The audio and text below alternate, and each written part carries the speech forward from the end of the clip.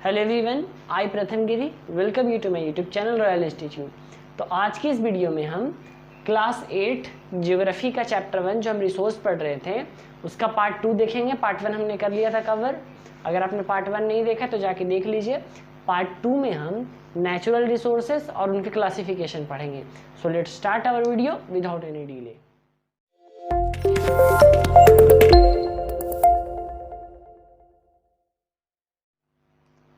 तो चलिए स्टार्ट करते हैं हम अपना वीडियो। हम सबसे पहले इसमें नेचुरल रिसोर्सेज पढ़ेंगे। हम लोगों ने पिछली वीडियो में पढ़ लिया था classification of resources, natural resources, human made resources और ह्यूमन रिसोर्सेज। और इस वीडियो में हम स्टार्ट करने वाले हैं नेचुरल रिसोर्सेज से। देखिए इसमें दो वर्ड है, एक है नेचुरल, दूसरा है रिसोर्स। रिसोर्स का मतलब मैंने समझा दिया था आपको कि क्या होता है। हमें यहाँ क्या समझना है, नेचुरल का मतलब। नेचुरल थोड़ा मोड़ा आप जानते हो सकते हो, पूरा जानते होगे आप कि नेचुरल क्या होता है। देखिए जो चीज़ हमें नेचर देती है, नेचर मतलब जो गॉड देते हैं, तो नेचुरल थिंग्स कहलाती है। और जब वो चीज़ हमारी रिसोर्स बन जाए, रिसोर्स कब बनेंगी याद करिए, पूरा रिकॉलिंग, हमारी ज़रूरतों को पूरा करेंगी, हम उसको कुछ वैल्यू देंगे, तब वो रिसोर्स बन जाएगी। तो जब कोई नेचुरल थिंग्स रिसोर्स बन जाती है तब उसको हम नेचुरल रिसोर्स कहते हैं। ठीक है, डिफिनेशन अगर देखें तो resources which we get from nature, जो हमें नेचर से मिलते हैं, and use without much modification, और जो हम यूज़ करें उसको ज़्यादा मॉडिफाई नहीं करें। ऐसा नहीं है कि अब लोहा भी है, जैसे लोहा से हमने कील बनाया, तो कील एक ह्यूमन मेड रिसोर्स है, लेकिन लोहा क्या है, नेचुरल रिसोर्स है। Iron is a natural resource, ठीक है, बट कील क्या होगा हमारा, ह्यूमन मेड। क्यों हुआ ऐसा? क्योंकि जो आयरन हम लोगों ने डायरेक्ट एक्सट्रैक्ट किया उसमें हम लोगों ने बहुत ज़्यादा मॉडिफिकेशन किया। ठीक है, बहुत ज़्यादा मॉडिफिकेशन किया, उसी मॉडिफिकेशन के कारण वो ह्यूमन रिसोर्स बन जाता है। तो वही इसमें क्लियर किया हुआ है कि resources which we get from nature, जो नेचर से मिले, but and we use it without much modification, हम उसका यूज़ करें बिना बहुत ज़्यादा मॉडिफिकेशन किए हुए, तब उसको हम कहते हैं नेचुरल रिसोर्सेज। अब ये जो नेचुरल रिसोर्सेज होते हैं ना, ये हमारे नेचर के फ्री गिफ्ट होते हैं। They are free gift of nature, ये हमारे नेचर के क्या होते हैं, फ्री गिफ्ट होते हैं। अब इसका गॉड हमसे कोई पैसा नहीं लेते हैं। जब जमीन दिए तो गॉड ने हमसे कुछ पैसा नहीं लिया। अब एयर है, हम ऑक्सीजन ले रहे हैं अभी, ठीक है, तो ऐसा नहीं कि गॉड हमसे कुछ पैसा ले रहे हैं कि तुम पैसा दो तब एयर देंगे, ऐसा नहीं है। गॉड फ्री में देते हैं। They are free gift of nature, वो नेचर के फ्री गिफ्ट होते हैं हमारे। ठीक है, ऐसे एग्जाम्पल लिखा हुआ है, एयर, वाटर, लैंड, ये सब कौन से रिसोर्सेज हैं हमारे, तो नेचुरल रिसोर्सेज हैं। अब हम पढ़ने वाले हैं आगे क्लासिफिकेशन ऑफ नेचुरल रिसोर्सेज। अब नेचुरल रिसोर्सेज को भी क्लासीफाई किया जाता है, कई बेसिस पे क्लासीफाई किया जाता है। उसमें सबसे पहला बेसिस जो हम लोगों ने नोट करके रखा है वो है on the basis of level and development. Level क्या है, उसका डेवलपमेंट कैसा है, इस बेसिस पे नेचुरल रिसोर्सेज को क्लासीफाई कर रहे हैं। इस बेसिस पे जो नेचुरल रिसोर्सेज होती है ना, वो दो तरह की होती हैं। कितने तरह की होती हैं, दो तरह की। एक होते हैं हमारे actual and the second one is potential resources. दो तरह के रिसोर्सेज कौन से बेसिस पे हम पढ़ रहे हैं, on the basis of level and development. Level और डेवलपमेंट के बेसिस पे हम पढ़ रहे हैं। इसमें कौन कौन रिसोर्सेज है, हमारी एक्चुअल रिसोर्सेज है, पोटेंशियल रिसोर्सेज है। अब सबसे पहले हम समझेंगे एक्चुअल रिसोर्स क्या है और पोटेंशियल रिसोर्स क्या है। देखिए एक्चुअल रिसोर्स, एक्चुअल वर्ड से क्या समझ में आता है, एक्चुअल, रियलिटी, एक्चुअल यही होता है ना। तो एक्चुअल क्या होता है, whose quantity is known to us, जो हमको पता है कि कहाँ पे और कितना है। ठीक है, उसका क्वांटिटी हमें पता है and we are using it. Quantity पता है और हम उसको यूज कर रहे हैं बहुत अच्छे से, वो होता है एक्चुअल रिसोर्सेज। जैसे महाराष्ट्र में ब्लैक सॉइल है, तो हमें पता है कि ब्लैक सॉइल कहाँ पे है, और जब पता है तो ऐसा थोड़ी हम उसको छोड़ देंगे, यूज करते हैं उसको, है ना। तो वो क्या होता है एक्चुअल, जिसका क्वांटिटी हमें पता हो, और हम उसको यूज कर रहे हैं, जिसका क्वांटिटी ह्यूमन बींग्स को पता हो और वो यूज किया जा रहा है, then it is said to be actual resources. जैसे example black soil in Maharashtra में जो ब्लैक सॉइल है वो कौन सा रिसोर्स होगा, एक्चुअल रिसोर्स। क्यों? क्योंकि उसका क्वांटिटी हमें पता है और हम उसको यूटिलाइज भी कर रहे हैं। सेकेंड है हमारा पोटेंशियल रिसोर्सेज। एक्चुअल समझ में आ गया तो पोटेंशियल और अच्छे से क्लियर हो जाएगा। देखिए पोटेंशियल रिसोर्सेज क्या होता है, इसका पूरा क्वांटिटी हमें नहीं पता, entire quantity is not known to us. And अगर इंटायर क्वांटिटी ही नहीं पता तो हम इंटायर यूज कहाँ से कर लेंगे। अगर हमें पता ही नहीं कि ये मार्कर कहाँ है, तो हम इसको यूज़ कर पाएंगे नहीं ना। तो और या कितना है, जैसे मार्कर में कितना इंक है तो हम कैसे यूज़ करेंगे, हम तो बस सोचेंगे अब लिख लिए तो ख़त्म हो जाएगा, फिर यूज़ करना बंद कर देंगे। तो इसका इंटायर क्वांटिटी हमें नहीं पता है, और इंटायर क्वांटिटी नहीं पता होने के कारण हम इंटायरली यूज़ भी नहीं कर पा रहे, और जितना हमें पता भी है ना वो भी नहीं यूज़ कर पाते हैं। वो होता है पोटेंशियल रिसोर्सेज। जैसे एग्जांपल से समझिए, सोलर एनर्जी। अब जो सन से एनर्जी मिल रही है हमें, पहली बात तो हमें पूरा पता नहीं है, और जितना हमें पता भी है तो क्या हम पूरा यूज़ कर पा रहे हैं? क्या हम पूरा सोलर एनर्जी को यूज़ कर पाते हैं? ऑफ कोर्स नहीं कर पाते हैं। वाइंड एनर्जी, हवा जो चल रही है, हमें मान लीजिए जहाँ जहाँ पता है, तो क्या हम सारे जगह वाइंड एनर्जी का यूज़ कर पा रहे हैं? वाइंड मिल सब जगह है नहीं ना है, तो इनका क्वांटिटी भी हमें नहीं पता पूरा, और जितना पता उतना भी इंटायरली नहीं यूज़ किया जा रहा है। तो वो कौन से रिसोर्सेज होते हैं? Potential resources. अब हम देखते हैं नेक्स्ट लेवल पे उसको कौन सा हम लोग अब नेक्स्ट टाइप पढ़ेंगे, नेचुरल रिसोर्सेज किस और बेसिस पे क्लासीफाई किया जाता है। तो चलिए आगे देखते हैं। अब हम आगे देखेंगे नेचुरल रिसोर्सेज का classification on the basis of origin के बेसिस पे देखेंगे। देखिए, ऑरिजिन के बेसिस पे भी नेचुरल रिसोर्सेज दो तरह की होती है। लेवल एंड डेवलपमेंट पे भी हमने दो तरह का पढ़ा, एक्चुअल और पोटेंशियल। अब ऑरिजिन के बेसिस पे देखेंगे, ऑरिजिन के बेसिस पे भी कितने तरह की होती है? तो दो तरह की होती है। कौन कौन? Biotic and abiotic. Biotic resources होते हैं और अबायोटिक रिसोर्सेज होते हैं। देखिए, अक्सर बायोटिक रिसोर्सेज क्या है, अब अबायोटिक रिसोर्सेज क्या है? देखिए क्या होता है बायोटिक। बायो मतलब लाइफ होता है, और अबायो जिसमें अ लग गया मतलब वो निगेटिव, जिसमें लाइफ नहीं होता है। ठीक है, अब आपसे ये सवाल है क्या बोर्ड पेन जो है वो अबायोटिक है? जो जिस लेवल पे हम क्लासीफाई कर रहे हैं वो अबायोटिक रिसोर्स है, जिस तरह से हम क्लासीफाई कर रहे हैं अभी, जिसको क्लासीफाई कर रहे हैं। तो अगर आप ध्यान दो तो हम नेचुरल रिसोर्सेज को क्लासीफाई कर रहे हैं, है ना।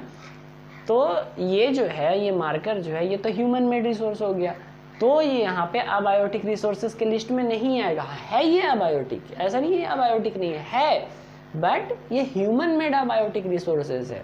ठीक है, ह्यूमन मेड तो सब अबायोटिक ही होता है, मतलब ये जो भी है ये ह्यूमन मेड है। लेकिन जो चीज़ें नेचर ने बनाई है और जिनके पास लाइफ नहीं है वो अबायोटिक वाला ये यहाँ पे होगा। ठीक है, जैसे लैंड हो गया, लैंड हमने नहीं बनाया ना, लैंड तो नेचर ने बनाया, बट उसमें लाइफ नहीं है। ठीक है, उसको समझने से पहले हम ये समझ लेते हैं बायोटिक। देखिए बायोटिक क्या होता है, मैंने क्या बताया, बायो मतलब लाइफ, बायो मतलब लाइफ होता है। तो जिस रिसोर्सेज के पास लाइफ होता है और ये नेचर के द्वारा दिए जाते हैं, it is given by nature. The resources which is given by nature and have life is called biotic resources. जैसे एग्जाम्पल में प्लांट्स एंड एनिमल्स, प्लांट्स और एनिमल्स में ही तो लाइफ है ना। एनिमल्स में ऐसा नहीं है सिर्फ एनिमल्स मतलब हम भी आ गए, एक छोटा सा बैक्टीरिया भी आ गया, वो सब एनिमल्स में आ गए। तो बायोटिक रिसोर्सेज क्या होता है? The resources which are given by nature but have life, उनके पास life and have life are called biotic resources. Abiotic उसका just opposite, which are given by nature. ये भी ध्यान रखा जाए, ये भी नेचर के द्वारा ही दिया जाता है, बट इसमें लाइफ नहीं होगा। जैसे लैंड हो गया, वाटर हो गया, एयर हो गया, ये सब कौन से रिसोर्सेज हो गए? तो ये अबायोटिक रिसोर्सेज हो गए। उम्मीद आपको बायोटिक और अबायोटिक क्लियर हो चुका होगा। अब हम नेक्स्ट देख रहे हैं classification on the basis of stock. Stock के बेसिस पे देखते हैं। ठीक है, कि स्टॉक के बेसिस पे रिसोर्सेज, नेचुरल रिसोर्सेज कितने तरह की होती है, ये सब नेचुरल रिसोर्सेज को क्लासीफाई कर रहे हैं। तो स्टॉक के बेसिस पे भी दो तरह की होती है। ठीक है, दो ने आज छक्का मार दिया है, रिन्यूएबल और नॉन रिन्यूएबल। दो तरह के रिसोर्सेज स्टॉक के बेसिस पे कौन कौन होती है? Renewable resources, non renewable resources. Renewable, renew, आप कभी किसी चीज़ का रिन्यू कराते सुने? रिन्यू करा लो, इंश्योरेंस रिन्यू कराना है, नॉन लाइसेंस रिन्यू कराना है। Non renew, non renew. तो रीन्यू जो दोबारा से नया, रीन्यू जो दोबारा से नया बन जाए, that is called renewable, can be renewed. जैसे वाटर है, वाटर आपने यूज़ किया तो फिर से रिन्यू हो जाता है। सोलर एनर्जी हमने यूज़ किया तो फिर वो रिन्यू हो जाएगा। अब नॉन रिन्यू, नॉन नहीं, जो नहीं रिन्यू होगा, नहीं बन पाएगा नया फिर से, वो होता है non renewable. can't be renewed, it can't be renewed. The resources which cannot be renewed is called non renewable resources. जैसे कोयला हो गया, पेट्रोलियम हो गया, ये सब नहीं रिन्यू हो सकता। अब देखिए इनका फैक्ट बताता हूँ एक। रिन्यूएबल तो हमें समझ में आ गया, रिन्यू हो जाता है। अब वाटर की बात आती है कि अगर वाटर रिन्यू हो जा रहा है तो फिर सेव वाटर कैंपेन क्यों चलाया जा रहा है? पानी बचाओ अभियान क्यों? अगर हम वाटर रिन्यू हो जा रहा है भाई, हम यूज कर रहे नहीं, रिन्यू हो जा रहा है, तो फिर सेव वाटर कैंपेन क्यों चलाएंगे? पानी तो और वेस्ट करेंगे और आ जाएगा। नहीं, ऐसा नहीं है। देखिए सेव वाटर कैंपेन चलाया क्यों जा रहा है?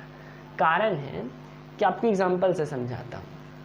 एक एग्जांपल सपोज है, लेट करके चलिए, कि आप पूरे ईयर में 50 लीटर्स, कितने लीटर, एग्जांपल है ये, एज्यूम करके चलिए कि 50 लीटर ऑफ वाटर आप कंज्यूम करते हैं, 50 लीटर पानी कंज्यूम करते हैं आप एक साल में, ठीक है। बट जो रेन वगैरह जो भी मीडियम से आप वाटर रिन्यू होगा, तो एक साल में पता है सिर्फ कितना रिन्यू हो पाता है? 40 से 45 लीटर। वो 5 से 10 लीटर नहीं रिन्यू हो पाता है। और ऐसा अगर कंटिन्यू चलता रहे तो एक समय आएगा, सोचिए 50 था, 40 लीटर पे हम आ गए, अब 40 से तो शायद 30 या 32 लीटर आ जाए रिन्यू होके, फिर 30 या 32 से 28, 20, 10, वैसे करते करते एक समय आएगा जब वाटर बचेगा ही नहीं। इसीलिए हम वाटर रिन्यूएबल रिसोर्सेज होने के बावजूद सेव वाटर कैंपेन चला रहे हैं, ताकि अब देखिए सेव वाटर में ऐसा नहीं कि सिर्फ पानी, ऐसा कि पानी है कहीं तो उसको बचाओ। कहने का मतलब सेव वाटर में पानी अब बर्बाद भी ना करो, ठीक है। पानी को आप बहने मत दो, पानी जितना कम खर्च करोगे रिन्यू उतना ज़्यादा उसका बढ़ेगा। मान लो पहले से तो ऐसा नहीं क्लाउड बन के रेडी है, बट उसको एक प्रोसेस का टाइम होता है, तो प्रोसीडर के लिए टाइम चाहिए होता है और हम टाइम देते नहीं हैं। एक फैक्ट और बताता हूँ, जैसे कोयला पेट्रोलियम है, ये भी रिन्यूएबल होते हैं, बट इनको रिन्यू होने में हज़ारों लाखों साल लगते हैं, ठीक है। और 1000 लाख साल तक देते देते हम पूरा कोयला और पेट्रोलियम ख़त्म कर दिए होंगे, ठीक है। तो इसीलिए इनको नॉन रिन्यूएबल में रखा जाता है, कांट बी रिन्यूड। अब जो चीज़ बहुत ज़्यादा छोटी है, बहुत ज़्यादा, लगभग जीरो के बराबर 0.000001 है, तो अब उसको जीरो ही बोल दो ना। तो बस वही कहानी है नॉन रिन्यूएबल के साथ। रिन्यूएबल हो, उम्मीद है आपको ये समझ में आ गया होगा, biotic, abiotic, renewable, non renewable. अब हम आगे पढ़ेंगे on the basis of distribution. Distribution के बेसिस पे भी दो तरह की होती है, यूबिक्विटस और लोकलाइज्ड रिसोर्सेज। तो चलिए हम देखते हैं आगे on the basis of distribution. तो अब हम समझते हैं नेचुरल रिसोर्सेज का classification on the basis of distribution. Distribution के बेस पे समझेंगे। देखिए डिस्ट्रीब्यूशन के बेस पे भी नेचुरल रिसोर्सेज दो तरह की होती हैं, यूबिक्विटस और लोकलाइज्ड रिसोर्सेज, जैसा कि मैंने आपको ही पहले बताया था। यूबिक्विटस रिसोर्स क्या होता है? यूबिक्विटस का वर्ड से पता चलता है, which are found everywhere, which are found everywhere, जो हर जगह पाया जाए उसे हम यूबिक्विटस रिसोर्स कहेंगे। जैसे हवा, पानी, मिट्टी, ये सब हर जगह पाया जाता है, ठीक है। तो इन्हें हम कहेंगे यूबिक्विटस रिसोर्सेज। अब बात आता है लोकलाइज्ड रिसोर्सेज। तो लोकलाइज्ड रिसोर्सेज क्या होता है? Which are found at certain places, जो कुछ खास जगहों पे पाया जाता है, हर जगह नहीं पाया जाता है। जैसे सोना है, गोल्ड हर जगह पाया जाता है, ऐसा थोड़ी कि यहाँ भी है, आपके घर में भी है, मेरे घर में भी है, गोल्ड हर जगह नहीं, मतलब खरीद के घर में रखना अलग चीज़ें होती हैं, हर जगह पाया जाना मतलब अर्थ से एक्सट्रैक्शन उसका। अब जैसे गोल्ड है, कॉपर है, तो हर जगह नहीं पाया जाता है, तो उसको हम क्या कहते हैं? लोकलाइज्ड रिसोर्सेज, कुछ सर्टेन प्लेसेस पे पाया जाता है। फिर बात आती है कि आखिर वो चीज़ें सर्टेन प्लेसेस पे क्यों पाई जाती है कि नहीं। जैसे गोल्ड है, तो गोल्ड हर जगह क्यों नहीं मिलते? यहाँ भी खोदने से क्यों नहीं मिलेगा, आपके घर में खोदने से क्यों नहीं मिलेगा, क्या कारण है? ये सवाल आपके एनसीईआरटी बुक का भी है कि why are resources distributed unequally over the earth. तो देखिए ऐसा क्यों है, वाई सो? क्योंकि किसी भी रिसोर्स का जो डिस्ट्रीब्यूशन है वो कई फैक्टर पे डिपेंड करता है, कि वहाँ का क्लाइमेट कैसा है, अल्टीट्यूड कितना है, लैंड कैसा है वहाँ का, वेदर कैसा है वहाँ का, इन सभी चीज़ों पर डिपेंड करता है। ये चीज़ें जैसे जैसे वैरी करेगी, रिसोर्सेज वैरी कर जाएंगे। अगर कहीं का क्लाइमेट बहुत ज़्यादा हॉट है तो वहाँ जो भी चीज़ें होंगी वो उस हॉट क्लाइमेट से रिलेटेड होगी। कहीं का बहुत ज़्यादा कोल्ड है तो जो भी चीज़ें होंगी वो कोल्ड क्लाइमेट से रिलेटेड होगी। अब जो चीज़ें हॉट क्लाइमेट में पाई जाएंगी, ऐसे थोड़ी ना कि कोल्ड क्लाइमेट में भी हम उसको ढूंढ सकते हैं, नहीं ढूंढ सकते हैं। तो कारण क्या है रिसोर्सेज अनइक्वली और अनइवन डिस्ट्रीब्यूट होने का? कि distribution depend on many factors, बहुत फैक्टर पे, क्लाइमेट, लैंड, एल्टीट्यूड, ये इन सब पे डिपेंड करता है। And they keep changing from place to place, और ये हर जगह बदलते रहते हैं। तो इसीलिए जो रिसोर्सेज है वो अर्थ पे अनइक्वली डिस्ट्रीब्यूटेड है। ये था हमारा आज का वीडियो को पार्ट 2 रिसोर्सेज चैप्टर का पार्ट 2। नेक्स्ट वीडियो आएगा पार्ट 3, वो फाइनल पार्ट होगा, उसमें हम रिसोर्सेज चैप्टर को खत्म कर लेंगे।